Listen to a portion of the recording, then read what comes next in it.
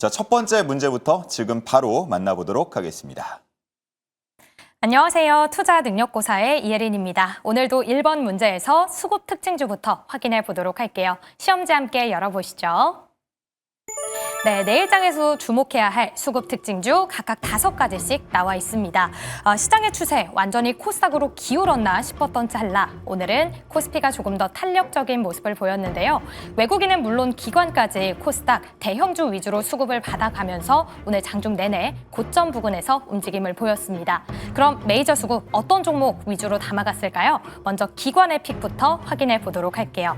1번 현대차, 2번 기아, 3번 신한지주, 4번 KB금융과 함께 우리 금융지주가 나와 있습니다. 자동차와 은행주 위주로 담아갔는데요. 먼저 현대차부터 체크해 보도록 할게요. 이제 미국에서 11월 1일부터 이제 자동차 15% 관세를 소급 적용하기로 했습니다. 드디어 자동차 관세에 대한 부담 완전히 좀 덜어냈나 싶은 모습이 보여지고 있는데요. 이번에 소급 적용이 나타나면서 추가적인 이익 개선까지 기대되고 있습니다. 현대차는 거의 2주 내내 눌렸기 때문에 오늘의 이 좋은 흐름 굉장히 반가웠던 모습이었고요. 이어서 바로 기아까지 함께 탄력적인 흐름 이어졌습니다. 최근에 고환율 역시도 자동차주들에게는 굉장히 긍정적이죠. 원달러 환율이 10원 오를 때마다 이제 전체 매출은 4천억 원가량이 상승하는 걸로 추산되고 있습니다. 역시 실적에는 더 도움이 될 걸로 보여지고 있고요. 이어서 다음은 신한지주 체크해 보도록 할게요. 드디어 여당과 야당이 배당소득 분리과세에 대한 합의안을 내놨습니다. 그래서 보시는 것처럼 일제히 관련주들 탄력적인 흐름을 보였는데요. 이제 은행주들도 해당 요건을 충족하기 위해 배당을 더 크게 늘릴 걸로 내다보고 있습니다. 다음 종목은 KB금융입니다. 같은 배당에 대한 기대감 받아가고 있고요. 기관은 무려 27거래일 내내 하루도 빠짐없이 담아가고 있습니다. 이어서 우리 금융지주까지 오늘 5% 급등세를 보였고 기관 2주 내내 매수세 끊임없이 이어지고 있는 모습입니다. 그럼 다음으로 외국인의 매수세도 살펴보도록 할게요. 1번 현대차, 2번 이소페타시스, 3번 HD현대 일렉트릭, 4번 LS 일렉트릭, 5번 산일전기가 나와 있습니다. 외국인의 경우에는 전력기기에 집중을 했는데 먼저 1번 현대차의 경우 기관과 함께 외국인까지 쌍끌이 매수세에 들어오고 있고요. 다음은 이소페타시스입니다. 이제 드디어 3거래일 만에 다시 매수로 전환이 됐는데요. 확실히 AI 수요가 늘어나다 보니 고다층 PCB 기판에 대한 수주 계속해서 늘어나고 있습니다. 모건 스탠리도 포트폴리오를 계속 바꿔나가고 있는데 그 안에서 이소페타시스를 신규로 담아가고 있다고 하네요. 다음으로는 HD현대 일렉트릭 자리하고 있습니다. 전일 젠슨항 CEO의 발언으로 AI 거품론 다시 일축이 됐는데 자사의 GPU와 쿠다 소프트웨어 확장성 꾸준히 이어지고 있다라고 발언하면서 전력기기에 대한 수혜도 연일 이어지고 있습니다. 이어서 LS 일렉트릭까지 함께 주목을 받고 있죠. 최근에 초고압 변압기 공장을 증설하면서 이 생산에 대한 능력 2배 이상 늘어날 걸로 보여지고 있습니다. 마지막 종목은 산일전기인데요. 이 4분기 미국향으로 매출이 굉장히 늘어났다고 합니다. 앞으로 역대급 실적 꾸준히 이어질 걸로 보여지고 있는데 이 10가지 중에 내일장 저희가 주목해야 할 종목 어떤 것들이 있을까요? 하나씩 체크해 보도록 할게요. 그럼 첫 번째 주식 남녀의 선택 보드를 들어주시죠. 네, 이렇게 기관과 외국인의 매수 탑5 종목들을 확인해 봤습니다. 지주사, 그리고 자동차, 그리고 반도체와 전력 이쪽으로 좀 집중이 되는 모습이었는데 과연 두 분께서는 어떤 종목을 집중하고 있는지 한번 확인해 보도록 하겠습니다. 두 분의 보드를 띄워주시죠. LS 일렉트릭 적어주셨고요. 오늘 탑5 양쪽에서 모두 다 원탑이었던 현대차를 꼽아주셨습니다. 자, LS 일렉트릭, HD 현대 일렉트릭도 마찬가지고 이 차트에는 없었습니다만 효성중공업도 마찬가지고 다 지금 외국인들이 꽤 모아가고 있더라고요. 네, 맞습니다. 사실 올해 AI가 굉장히 강했었지만 AI 중에서 반도체가 강했었죠. 근데 이 수급들이 이제 인프라라던가 AI 데이터 센터 그리고 전력 쪽으로 분산이 될 가능성이 전 높다라고 생각을 하고 있거든요. 결국에는 전력이 있어야지만 이제 AI도 활성화가 될 수 있기 때문에 그런 만큼 전력기기와 관련된 종목들이 앞으로도 더 부각이 되지 않을까 생각을 하고 있어요. 그런 관점에서 LS 일렉트릭에 대한 기대감이 반영될 거다라고 판단을 하고 있고 특히 미국 쪽에서 AI 데이터 센터 기대가 굉장히 커지고 있는 상황인데 올해만 해도 빅테크 쪽에서 AI 이 데이터 센터에 투자를 한 규모만 봐도 4천억 달러라고 합니다. 그런 만큼 그런 부분들이 이제 LS 일렉트릭 추가 수주 계약까지도 이어질 가능성이 높다라고 판단하고 있고, LS 일렉트릭 같은 경우는 국내에 있어서 그 데이터 센터향 시장 점유율이 70%나 차지를 하고 있습니다. 우리나라에서도 점유율이 이렇게 큰 만큼 이제 미국 쪽에서도 더 진출을 함에 따라서 이런 부분들이 이제 기대감으로 반영될 거다라고 생각을 하고 있고, 실제로 미국 쪽에서 생산 기지를 계속해서 구축해 나가고 있는 상황이에요. 이번에는 텍사스에 있는 베스트럽 캠퍼스라고 해서 이제 배전기기라던가 배전반과 관련된 생산 기지를 완공했다라는 소식이 들려왔고, 유타 공장을 기반으로 해서 북미 쪽에 이제 인프라 쪽에 많이 투자를 해 나갈 것으로 전망이 되는데, 실제로 이 수주 계약이 추가 수주 계약이 계속 나오고 있더라고요.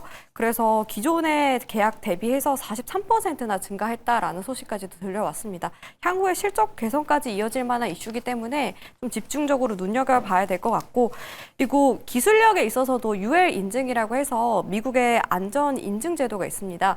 그런데 LS 일렉트릭이 이와 관련된 인증을 300건 이상 보유를 하고 있어요.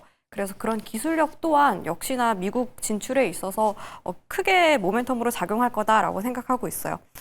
그리고 이렇게 전력 관련된 종목들이 이제 고부가 가치 사업도 계속해서 확대를 해 나가고 있는 상황인데, 뭐 예를 들면은 초고압 변압기라던가 HVDC 수요가 급증을 했기 때문입니다. 이쪽으로도 LS 일렉트릭이 좀 사업을 많이 확대를 하고 있어서 한 1,000억 원 규모 정도 대규모 카파 증설을 진행을 하고 있어요. 이런 부분들도 장기적으로도 긍정적이다라고 말씀을 드리고 싶습니다. 차트적인 관점으로 봤을 때 오늘은 한 6%대 상승세를 보였었는데, 일단은 최근에 11월 20일에 고점을 찍었던 53만 9천 원 구간대에서 밀릴 가능성이 높아요. 만약에 추세가 이어지게 된다면 그런 만큼 이 구간대를 일단 1차 목표가로 잡아보시는 게 좋겠다라고 말씀을 드리겠고, 월봉상으로 봤을 때 40만 8천 원 구간대 매물이 이 구간까지 쌓여 있는데, 이 구간을 만약 이탈을 하게 되면 매물이 비어 있는 구간대입니다. 그런 만큼 단기간 변동성이 강하게 나올 가능성이 높아서 손절가는 40만 8천 원으로 잡고서 대응해 보는 게 어떨까라고 말씀을 드리도록 하겠습니다. 네.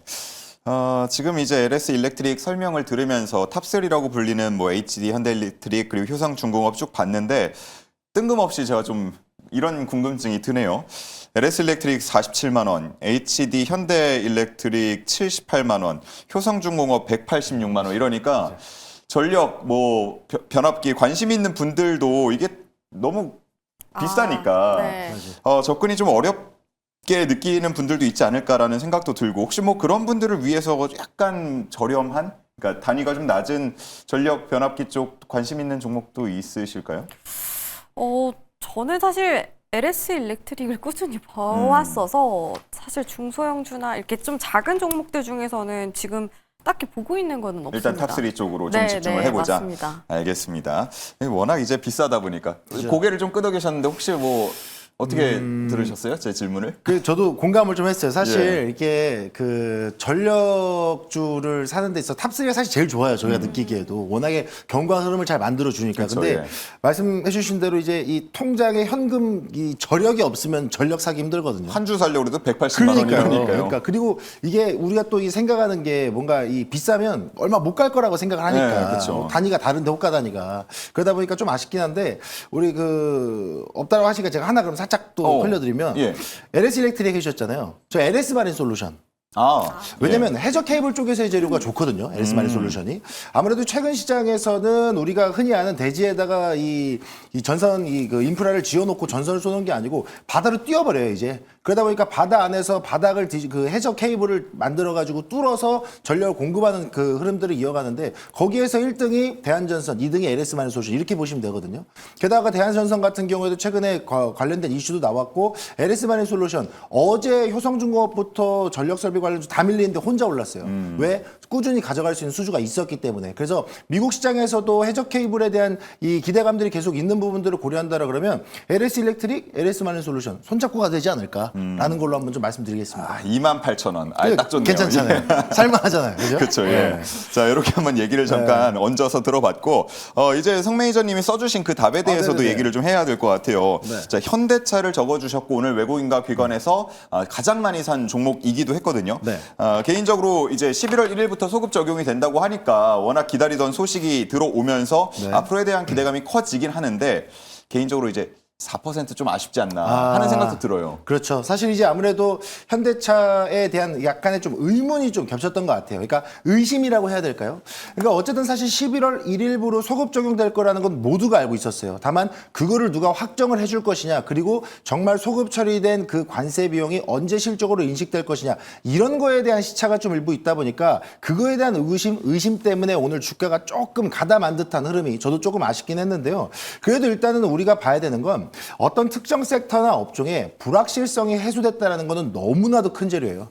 우리가 물론 25%에서 15%, 뭐 많이들 이야기하시는 게 뭐 유럽하고 일본하고 원래 FTA 때문에 2.5 말씀하시는데 이제 그건 지난 과거고요. 현 시점에서는 그래도 25에서 15로 내려왔다는 것 자체만으로도 시장에서는 불확실성이 해소됐다라고 좀 인식을 하고 있는 구간인데, 그렇게 되면 실제로도 우리가 계속해서 부과되었던, 심지어 기아가 이번에 3분기 실적 발표하면서 이 관세 비용에 대한 부분들이 4분기에도 어느 정도 영향이 있을 수 있다라고 얘기를 했단 말이죠. 근데 11월 1일부로 소급이다? 그럼 11월, 12월 어느 정도는 얘기했던 것보다는 조금 더 상쇄될 수 있다라는 거예요. 그러면 이 관세 비용에 대한 부분들이 부담이 완화된다라 그러면 당연히 뭐 영익에 대한 이 영업이익에 대한 또 이 상승으로 또 이어질 수 있는, 증가로도 이어질 수 있는 부분들이 있다 보니까 저는 충분히 실적에 대한 기대감들을 앞으로 좀 더 기대하고 바라보셔도 좋다 말씀드리도록 하겠고요. 게다가 이제 현대차 같은 경우에는 단순히 관세에 대한 이슈만 보실 게 아니고 최근에 나왔던 11월 수출 데이터도 보셔야 돼요. 최근에 10월 때도 그랬고 11월 때도 그랬고 반도체, 자동차가 다 끌어줬거든요. 근데 반도체는 반응을 했어요. 근데 자동차 반응했나요? 안 했단 말이죠. 제가 계속 여러분들한테 오죽하면 제가 여러분들 여기서 만나뵐 때마다 뭐 별명이 뭐 차하준이라고 진짜 성씨가 찬조하시는 분들도 계신데 예. 저는 성씨는 성이고요. 아무튼 제가 차하준을 믿는 이유가 어쨌든 10월 달과 11월 달에 자동차에 대한 수출 데이터가 이 관련주들을 뒷받침해주기 때문이에요. 실적이 기반이 되기 때문에. 특히나 이제 제가 계속 말씀드렸던 SUV 차량이라든가 전기차 캐즘 구간을 좀 깨어낼 수 있는 하이브리드 차종에 대한 판매량, 이게 다 고부가 상품이거든요. 그러다 보니까 고부가 상품을 판매하면서 늘어나는 마진이 더 실적에 반영이 된다라 그러면 그 실적이 반영됐을 때의 주가는 여전히 저는 저평가 구간이다라고 보고 있고요. 게다가 이제 현대차를 자동차만 봐도 되느냐? 아니죠. 이제 뭐 봐야 돼요? 로봇도 같이 봐야 돼요.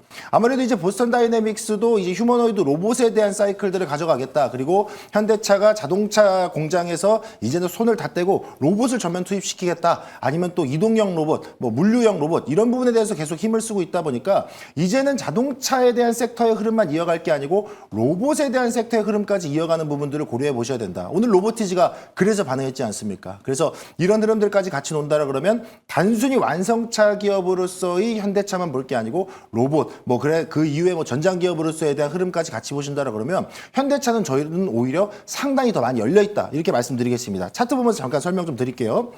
자, 지금도 차트 보시면요. 제가 꾸준히 말씀드렸어요. 사실 이전에 20만 원대에서부터 여러분들 걱정하지 마시고 30만 원까지 홀딩 잡으셔도 좋습니다. 말씀드렸어요. 어디까지? 29만 8천 원까지 흔들어줬죠. 근데 그 다음에는 관세에 대한 부분들이 15%네. 그래서 언제 소급이야? 라는 시장의 경계감이 있다 보니까 다시 한번 또 조정이 나오면서 26만 원, 25만 원 선에서 박스권 형성이 돼버렸단 말이에요. 그럼 지금 시점에서 4%대, 5%대 흐름이 나온 현대차지만 여기에서 추가적인 상단, 그리고 실적 기대감, 로봇 시장에 대한 기대감까지 붙는다라 그러면 저는 35만 원 선까지도 충분히 열어놔도 좋은 자리다라고 말씀을 좀 드리면서 혹시라도 현대차에 대한 대응을 하고 계시다, 저는 홀딩하시고 만약에 없다 하시는 분들은 진짜 뭐 안전하게 가져간다 그러면 저는 현대차도 한번 또 봐도 좋지 않나? 이런 생각도 있습니다. 네, 좋습니다. 자, 현대차에 대한 얘기까지 함께 들어봤습니다.